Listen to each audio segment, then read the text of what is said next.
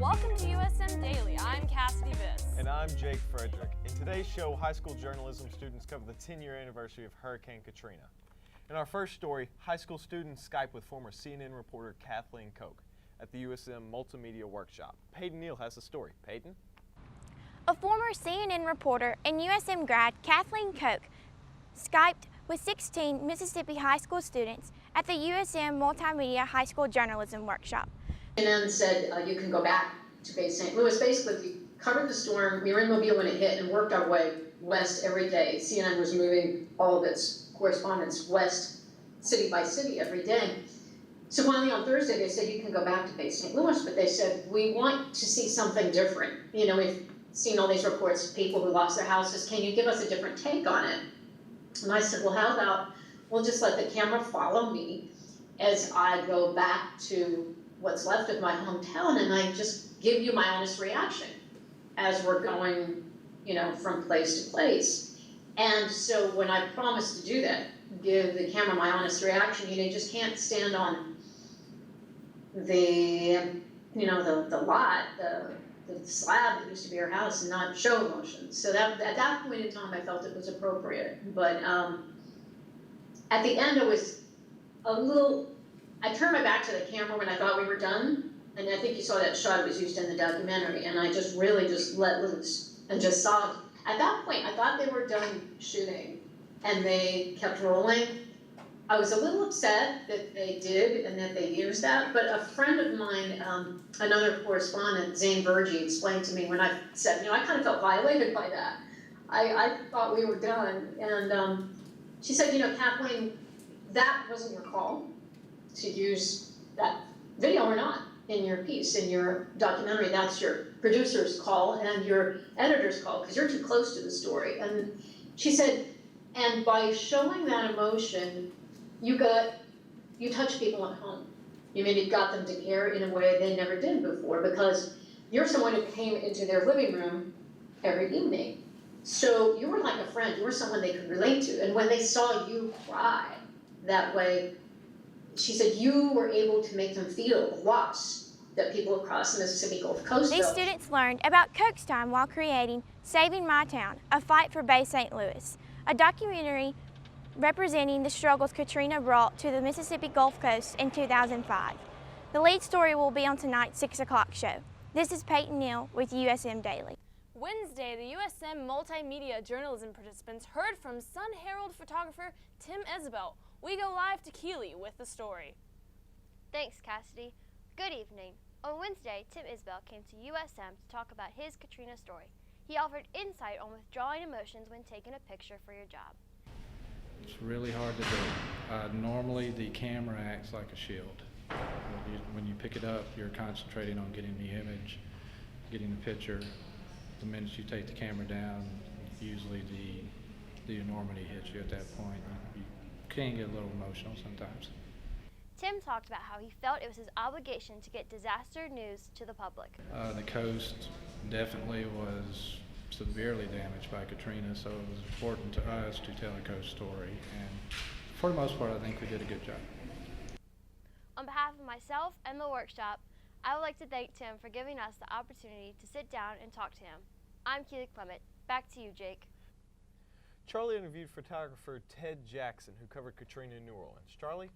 Today, photographer Ted Jackson spoke with the USM journalism participants about his experience with Hurricane Katrina. I would have prepared a little bit differently. I would have had a boat in my truck the first time I went out.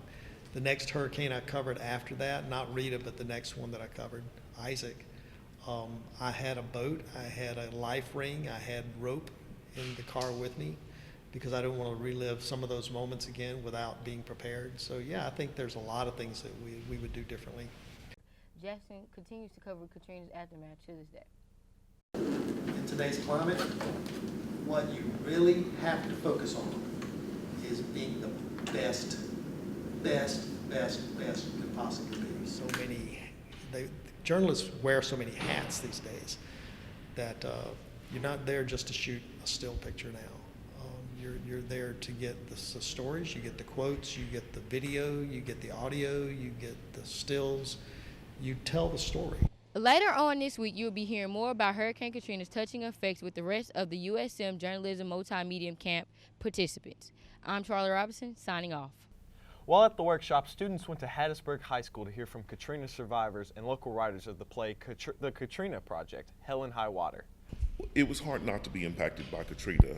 Writing the play was a little bit therapeutic for me because during the onslaught of the storm, I lost 3/4 of my house.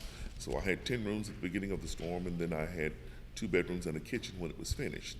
So it impacted my livelihood, it impacted my job, it impacted my status as a citizen. These survivors told their stories from standpoints of local business, emergency services, residents, playwrights, and government employees. The revived edition of the play will take the stage on August 15th at USM. Joshua Walton spoke with Dr. Chris Campbell when he talked to high school journalism students about race and the media on Friday. Josh?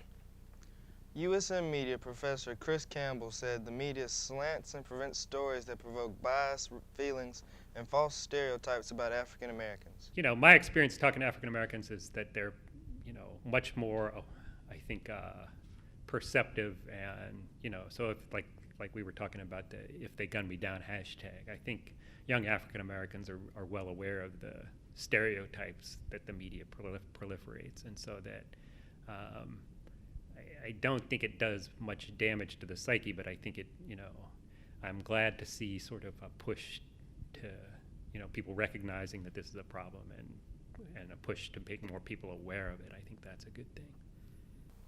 He said during Hurricane Katrina, the media painted black victims as animals, using words like anarchy and chaos to describe the scene in New Orleans. According to Campbell, the media makes black people out as innate criminals. Campbell said as long as biased media fuels racial stereotypes and American capitalism drives an inequality in wealth, America will never be able to reach post-racial society. I'm Joshua Walton for USM Daily. Stay tuned for the one-on-one interview with one of the 16 students telling his experience from the workshop. We'll be right back.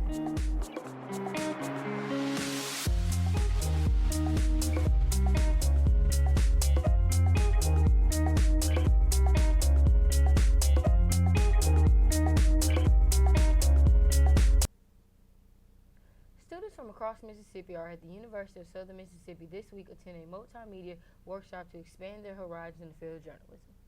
Here to speak on his experience while at the workshop is AJ McGee. Welcome, AJ. Hey. So first, where are you from? I'm from Hattiesburg. So we have a local student. Why were you interested in attending the workshop? Well, I knew it would be a good opportunity to learn more about journalism and whether I'd want to pursue it as a career later on in life. So what have you learned from the workshop? Well, I've learned that it takes a lot of work to be a journalist, and I learned about the different ways of writing as a journalist. Like as far as the newspaper goes, I learned about photojournalism and setting up the setting up the cameras for the photographs, and also learned about how to set up a newscast. Do you think you're going to be a journalist after all this? Maybe. Thank you for your time, AJ. The workshop is funded by Dow Jones News Fund. If you would like to see more of the students' work, visit the USM Multimedia High School Journalism Workshop Facebook page. Thank you for watching USM Daily.